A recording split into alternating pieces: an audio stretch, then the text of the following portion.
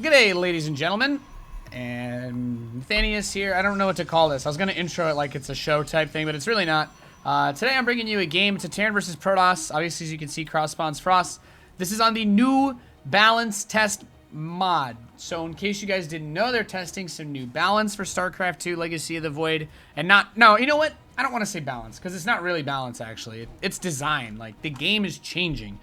This is the changes that were announced on the StarCraft 2 WCS Summer Championship live stream by David Kim. There's some interesting changes that have been made. Not so many to Protoss that we'll be able to go over, but quite a few changes to Terran. And I instructed both players to, quote-unquote, do some weird stuffs. So that's what we're pretty much going to see. To briefly go over some of the changes that may impact this game in particular. The Siege Tank now does 70 damage to armored units and 40 to normal units. So it is much more powerful than it used to be. The Cyclone has been tooled very differently. I'll go over the specifics as we go into it, but basically the whole kind of idea is that mech is back, and this is also caused by the battlecruiser losing its energy bar. Both of its abilities, Teleport and Yamato Cannon, are now cooldown based and can be cast as soon as the battlecruiser finishes. So this is going to be, I think, a cool thing to check out. I'd like to, of course, give a big thanks to the players that I have here that are going to be playing. Maybe I'll record more than one of these. I don't know how many we're going to end up doing, but this is Jason. Twitch.tv/Juggernaut Jason. He's a very good Terran player, better than me. Consistent top 16 GM. Very, very good. Probably the favorite in this matchup, but since he's doing something a little weird, it should help equalize things. His opponent is Ray Rain. You can find him on twitch.tv/Ray Rain. You can see his name right there. He's a cool guy, plays for My Insanity.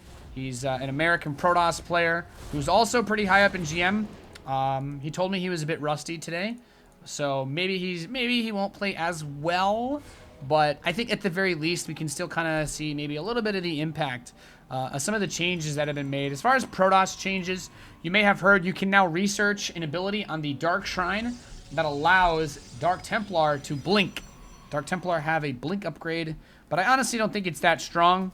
I thought it was really funny because David Kim and most of the Blizzard people at the event were telling me that they were very concerned that the Dark Templar blink, they're like, you know what, this probably won't even make it into the live game.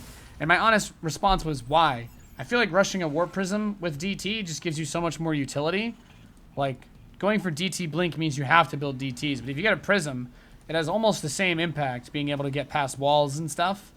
But, anyway, I digress. I'm going to make a big opinion video on it, maybe in a week or two. I didn't want to make a big video going over all the changes yet because, honestly, I really wanted to play a lot of games on this map myself. I really wanted to formulate my own opinion and not just go based off of what other people are saying or go based off first impressions. So if you hear people telling you about these changes and they're making bold claims like this is broken or this is too strong or this is too weak, I'd really try to wait until you can listen to the opinion of someone that's actually played a lot of games. I've played quite a few, and I can tell you that so far I actually don't think the Dark Templar blink is super strong.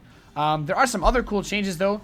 Jason's opening up with some Vikings. Now, of course, Vikings are good against Warp Prisms. Vikings are good against, you know, Oracles, Phoenix. If you're building them at home, usually they can defend pretty well as this single Cyclone goes out to harass.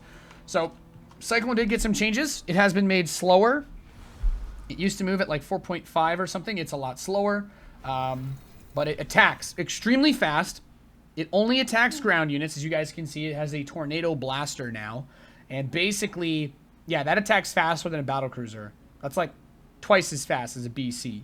So it's insane. The damage is obviously very low, but with that, you know, upgrades scale very well. So it's a very powerful anti-armored unit on the ground. But it's better in head-to-head fights because, as we mentioned, lower speed, it has more hit points. It has 60 more hit points, which is pretty significant. It has the lock-on, but it does about 1/5 the damage and only locks onto air units.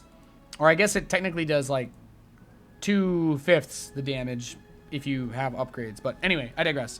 Warp Prism's going out to the left side. We do have the Dark Shrine being chrono boosted, Shadow Stride, so Viking Harass. Now, one big change that's been made in this patch is that Vikings, when they're on the ground, they now, instead of dealing 12 damage to normal units like they usually do, Vikings deal 20 damage to mechanical units.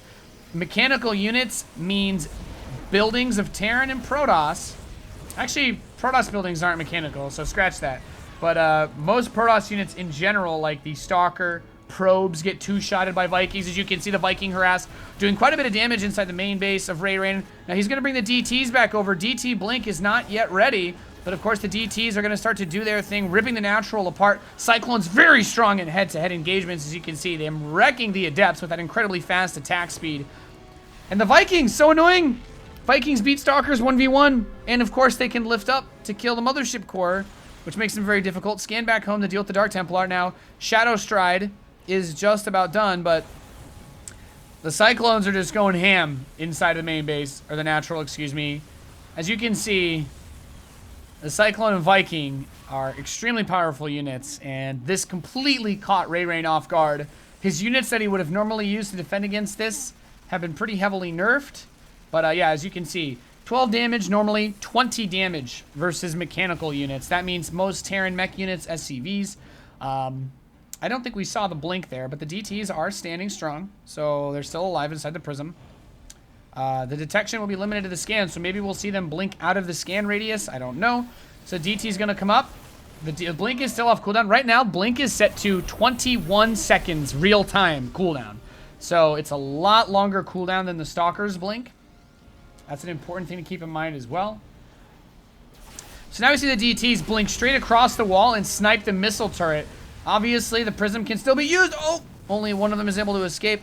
And of course, the Viking harass is still very strong because Stalkers can no longer be warped in to deal with Vikings. That DT's finally cleaned up. Of course, as we mentioned, the blink takes a very long time to go off cooldown. I think in this position, we can pretty safely say that Jason's got this one in the bag, but we got to see some cool unit interactions. Obviously, the Immortal is still going to be a great way to deal with the Viking, even though the Immortal takes more damage than it used to, because it is a mechanical unit. It's not as bad, but Vikings being able to two-shot probes, I personally think that's a pretty huge deal. I think that's a really, really big deal. As you can see, it just dropped down, killed another probe. Boom, boom, another one. And the Immortals pick off the Vikings, so that's nice. 4 Hellion Drop's going to go inside of the main base. But, yeah, I think that this is such a cool set of changes. And, you know, obviously, like I was saying, Ray Rain was talking to me. He hasn't actually been playing a crazy amount, but I think this has been a pretty interesting demonstration of the early interactions, because the build order from Ray Rain is one that usually leaves you without a lot of units to defend. Of course, you can blink to dodge and hit those Hellions with the DTs. But, that DT just blinked down. Nice. So you can see DTs obviously have a lot more firepower, but Viking harass is so sick against probes. And those Stalkers, I actually think that, yeah, the Vikings beat Stalkers in head-to-head now. But obviously DTs will be able to force them to lift up, and then the Stalkers can be strong again. So pretty aggressive game, pretty crazy back and forth so far as the harass went. But it seems that at this point, it's pretty much going to come down to just Jason trying to finish off Ray Rain. But it is cool. It is cool to see that, right? The fact that you've got DTs that can blink. I don't think that it's very strong. I would like to see the cooldown on the blink reduced. I actually think that the folks at Blizzard were dead wrong about this one. The DT blink is extremely expensive and hard to get. And I don't think it's something that's too strong at all. Like, there's so much detection on the map now. You've got turrets everywhere, a Raven coming out. Like, I like seeing this. I like seeing different stuff. So Stalkers are going to come out trying to pick off this medevac in the middle of the field. Of course, the DTs have so much mobility since they can jump if opportunity presents itself. Makes them good for base trades running back and forth. And Jason's going to continue to make Marines. He's getting some Cyclones to complement his army. More DTs. Oh, well, the DTs are going to be blinked back as they start to take critical damage. So I actually like that. You know, just kind of runs in balls deep with the Dark Templar, blinks away. And now he's going to turn them into Archons. But obviously, I think this Terran army is a little bit too big to be handled right now for Ray Rain. He's going to try to do some fancy pants micro. But, quote the Raven, nevermore. I can dig it. I can dig it.